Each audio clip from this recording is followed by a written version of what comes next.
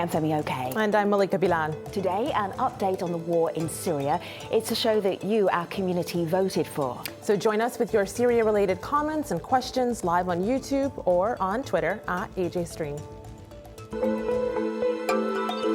Hi, my name is Dima Kurdi. I'm the author of The Boy on the Beach, and you are in the stream. A big thanks to everyone who voted in last week's Twitter poll to help us choose today's topic. You can follow us @AJStream to look out for future polls. So today we're looking at some of the latest headlines from the war in Syria, the planned pullout of US troops, rebuilding diplomatic relations with Bashar al-Assad, and how displaced Syrians are coping with harsh winter conditions.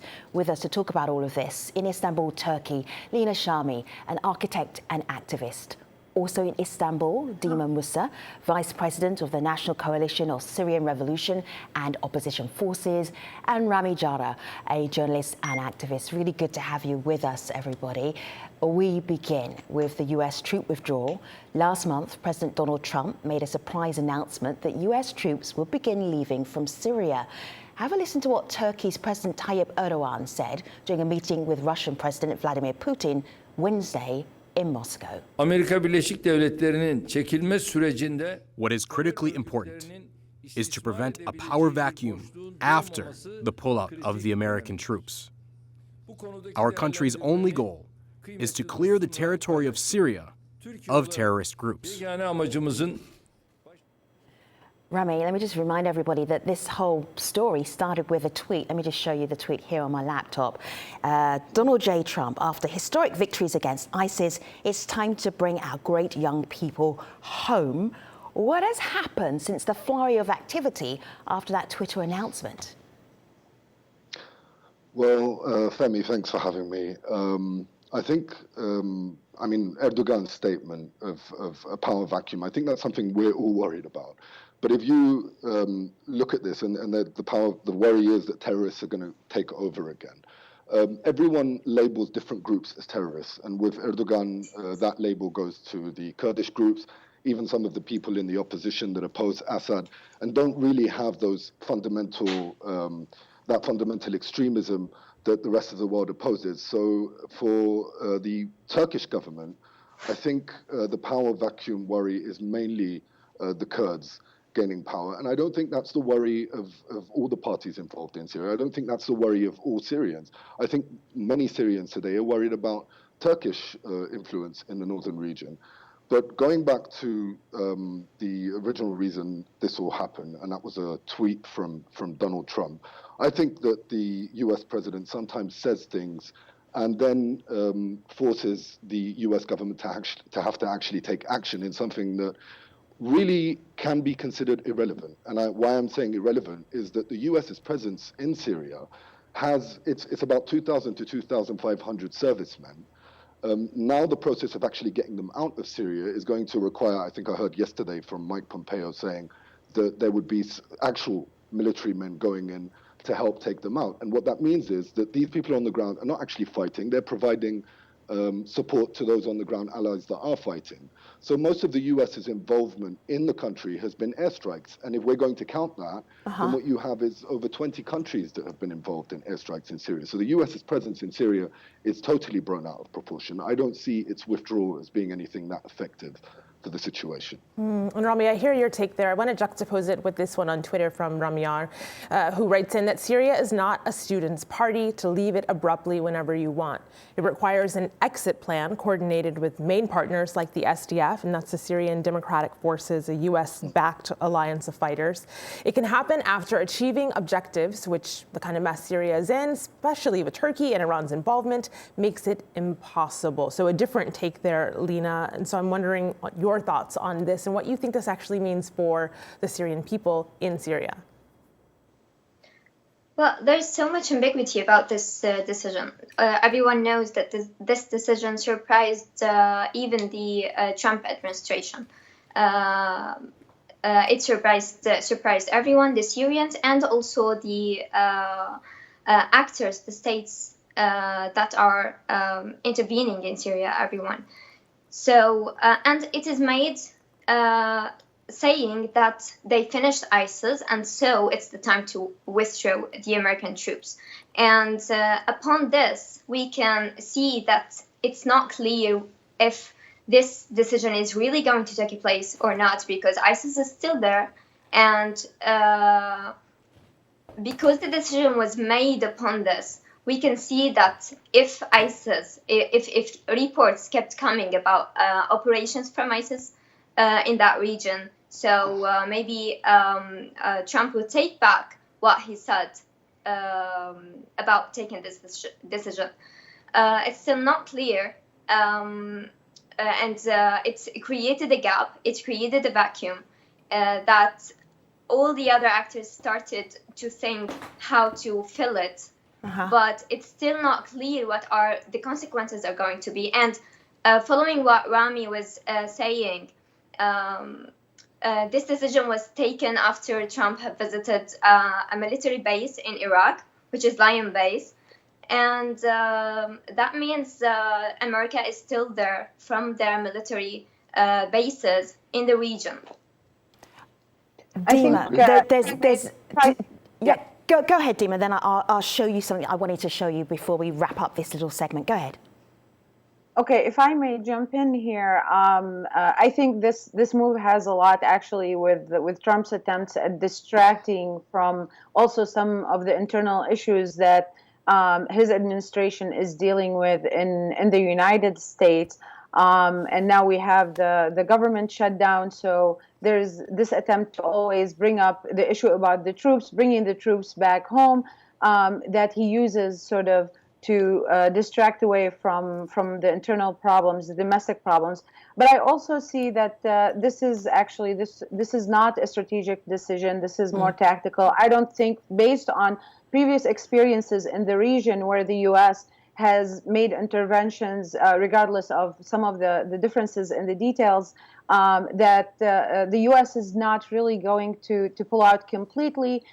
They have committed. This is an investment for them. So I don't see it as happening the way that everybody thought it was going to happen based on Trump. Do you know, I have this thought. We're all talking politics and strategies or lack of strategies and a tweet going out and then affecting foreign policy. But what difference does this make to Syrians who are still living in Syria? Well, I was going to talk about that actually. And I think this is a problem if the U.S. pulls out without coordinating with some of the actors.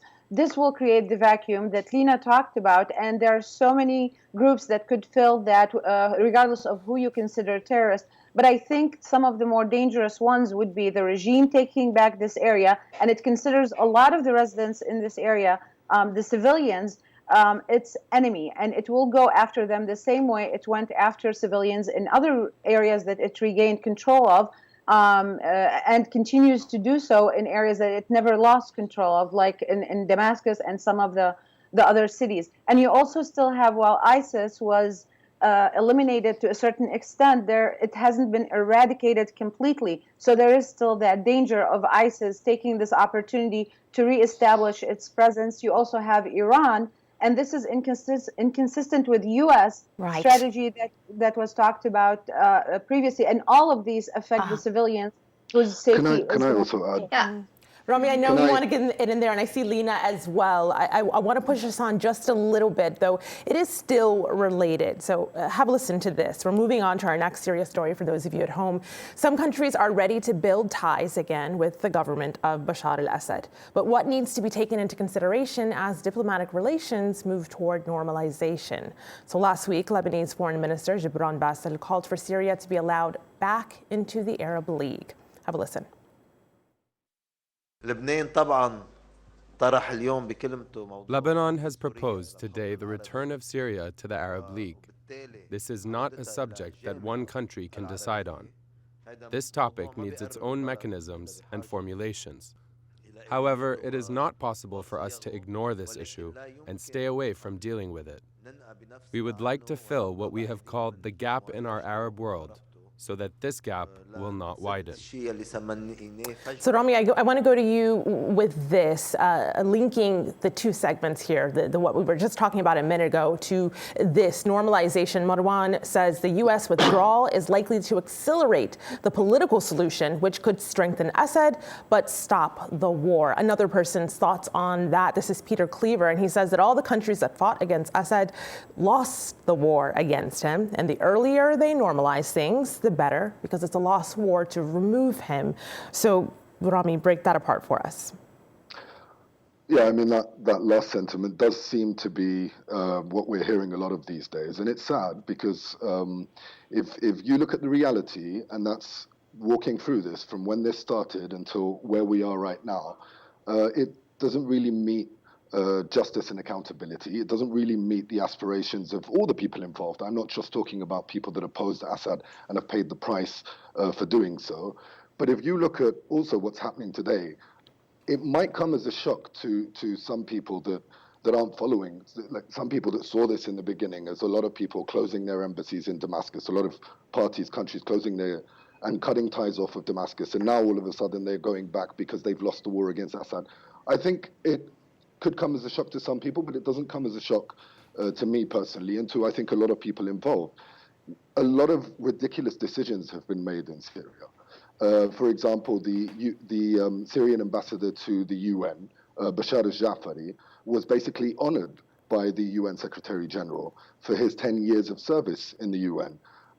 7 years of which, or at the time we can say 5 years of which, so half of that time, where he was actually basically using the UN platform to manipulate the international community into believing somehow that Assad is actually fighting terrorists, when the UN itself dedicates all its statements to saying that that's totally ridiculous.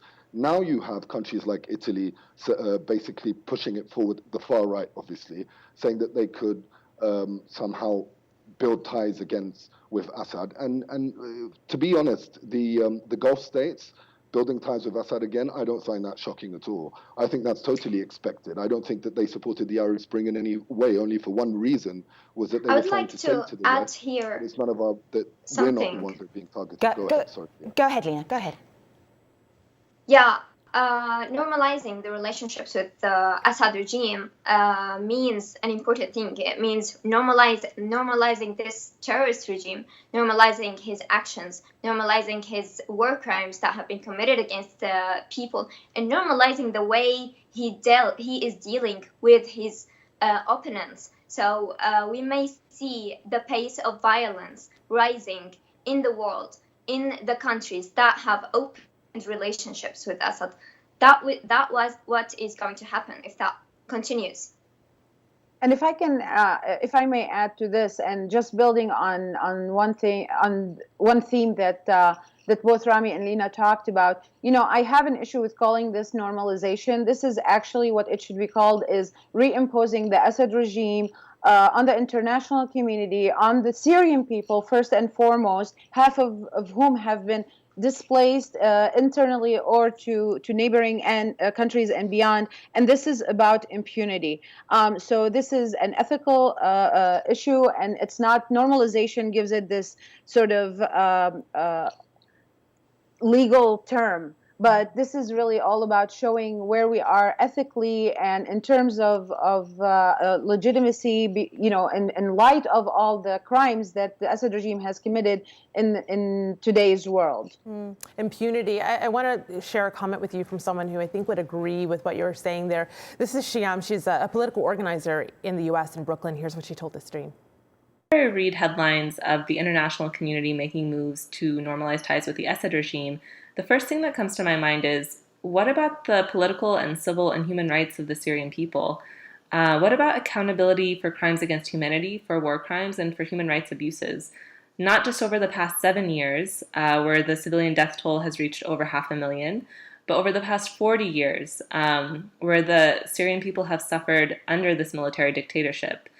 So my message is to activists around the world, please pay attention to what your government is doing with its relationship to the Syrian regime, and organize to educate your communities and organize against normalizing fascism and dictatorship. So Rami, you mentioned earlier you weren't surprised But what will this mean for civil society in Syria?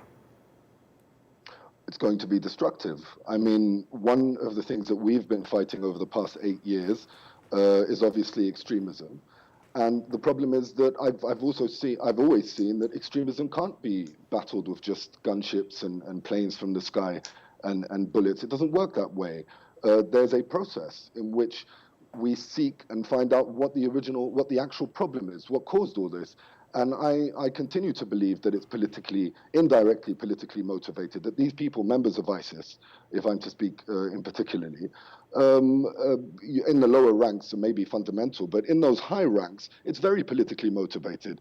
And when there isn't justice and accountability, when we go back to a situation like Syria was 7 or 8 years before, and what's been happening for half a decade, you go back to that situation, you're telling people, you're stripping them of their voice, and they become susceptible to the language of fundamentals and extremism, and that's what's called extremism in this region. So on that last comment, I don't see anyone seeking justice and accountability in Syria right now, except for the Syrian people, a division of the Syrian people, and we're at a very weak stage right now. Lina, I want to show you a map that we update regularly on Al Jazeera. It's here on my laptop. It's Syria, who controls what? And you see the red area, Syrian government forces. ISIL presence is here in the black. But if you look in terms of a war, it looks like the Syrian government definitely have the upper hand. Could you even say that they have won the Syrian war, which is why people are now talking about normalisation? When you see that, what are you thinking as a Syrian activist? Well, when it comes to the people, when it comes to people's rights, we are talking about millions outside the country. We are talking about 100,000 in the camps. So winning the war is not the right word. Maybe winning one battle against the people, but it's going to be a very long struggle for the people in order to achieve their rights. And of course, when the international community and all the forces, the actors that are trying to lift up Assad regime, of course, we are going to see the map paved in a way that reflects the narrative of Assad regime. The Assad regime from the beginning said that he is, when the uprising started, he did not want to confess that there is a revolution, that there are people, Syrian people, want their rights. And he said from the first time that there are terrorists, and he is dealing with the terrorist issue. And for sure, when trying to make it look like Assad won, the ground will be paved in a way that will reflect Assad narrative, but definitely not the truth. Okay, all right. So I'm going to move on to our last story for today's show about Syria. Harsh winter conditions are making everyday life even more difficult for Syrians sheltering in refugee camps and informal living situations. Have a look at this report from Al Jazeera correspondent Zaina Hodo. The 2-year-old is suffering from respiratory problems. Temperatures regularly drop below zero during the winter months in this corner of Lebanon, but this year is particularly harsh. And these children, refugees from Syria, are the most vulnerable. They live in tents made of flimsy plastic sheeting. It is a struggle to keep warm, and it is hard to stay dry. The United Nations gave us money to buy gasoline for the whole winter. But the amount we can purchase is not enough for a month and a half. We need $10 a day. I have 3 kids.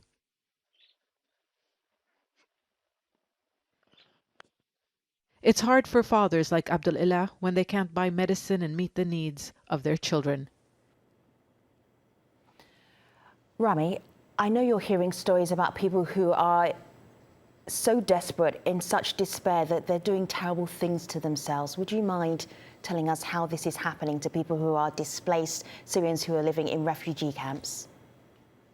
Yes, for example, you have on the Jordanian border with Syria, but inside Syrian territory, so we're talking about internally displaced refugees, you have the Rukban camp.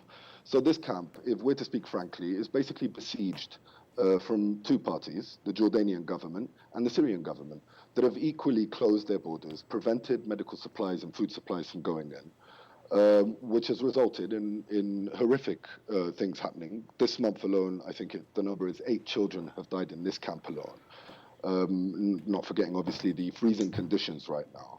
One in particular story, there was a man who, one of these 8 children, her father was basically went to the Syrian side to try and get his daughter to somewhere to get treated, and he had to pay a bribe. That's the only way that he could get into Syrian territory, because that's the way it works in Assad territory. And he doesn't have that money. He went to the Jordanian side, and they rejected him there and said they weren't letting any refugees in, and that her case wasn't serious. She died 24 hours later, and I think that sort of paves the story that's going across the rest of Syria. You have 15 children this month that have died of hypothermia across refugee camps in Syria. And the conditions are getting worse. And these images tell you what these camps should look like. People are drinking wastewater in these camps. I'm sorry, they're soaked in wastewater. They're sleeping in wastewater. We're seeing the pictures now, just really, it's difficult to imagine, and the descriptions that you're giving us are hard to hear, but important.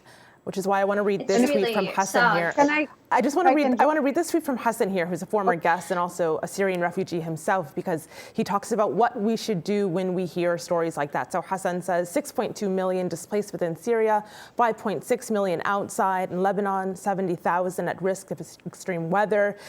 The media, this is old news now. People have empathy, but they don't act. So we need to change that. International law has failed us. And just before I go to you with this, Dima, someone else is picking up on that angle of people need to act. He's a doctor who is doing what he can for a US-based NGO called Med Global. This is Dr. Zahir Sahlul. I believe that the real tragedy here is the apathy and the lack of the attention of the international community to what's happening in Syria, to what's happening to the Syrian children. We have not seen even one demonstration in the Arab world or in the Muslim world or in the Western countries about the death of dozens of Syrian children dying because of the weather. If one Syrian child died freezing to death, it's a horrible death. It's very painful. But what it means that there's hundreds of millions of supposedly living hearts in the rest of the world that are also frozen. Dima? Well, I think this is just another proof of the moral failure of the international community and in terms of the humanitarian efforts. And what's actually more shocking is that how shocked they act every year when this happens. This is happening every year, and every year they come in and say, "Oh, look, this is what's happening in Syria. What can we do?" Well, you can prepare. You can live up to the normal moral standards for these people and for people everywhere that are suffering. Almost the shock for me, Lina, is that everybody knows winter is coming. Everybody knows the shelters are not appropriate enough for the living conditions, and yet the story continues. Your thoughts? The problem is we are always dealing with emergency issues. We are always dealing with emergency crisis. These people have been displaced from their homes, their villages, their cities because of Assad regime, and they came in to these camps that were already not equipped enough in order to let them live a normal life. So they're not living a normal life at all. Every year there's this problem. And Assad regime displaced these people because he treats the people as if they are extra number. And now the international community, the organizations, everyone is treating them as an extra number. Why there's no, they're not allowed to work. There's no plans for sustainable solutions. All right, Lina, I think that's a good place to pause there. Thank you so much to Lina and Dima and Rami for your insight, your perspective on so many issues that are impacting Syria right now. The reason we did this show was because of you, our online community, our TV community. If you want to influence what stories that we tackle, look out for future polls on @AJStream on Twitter. Malika and I will be looking out for them for future shows. But for now, thanks for watching. See you next time.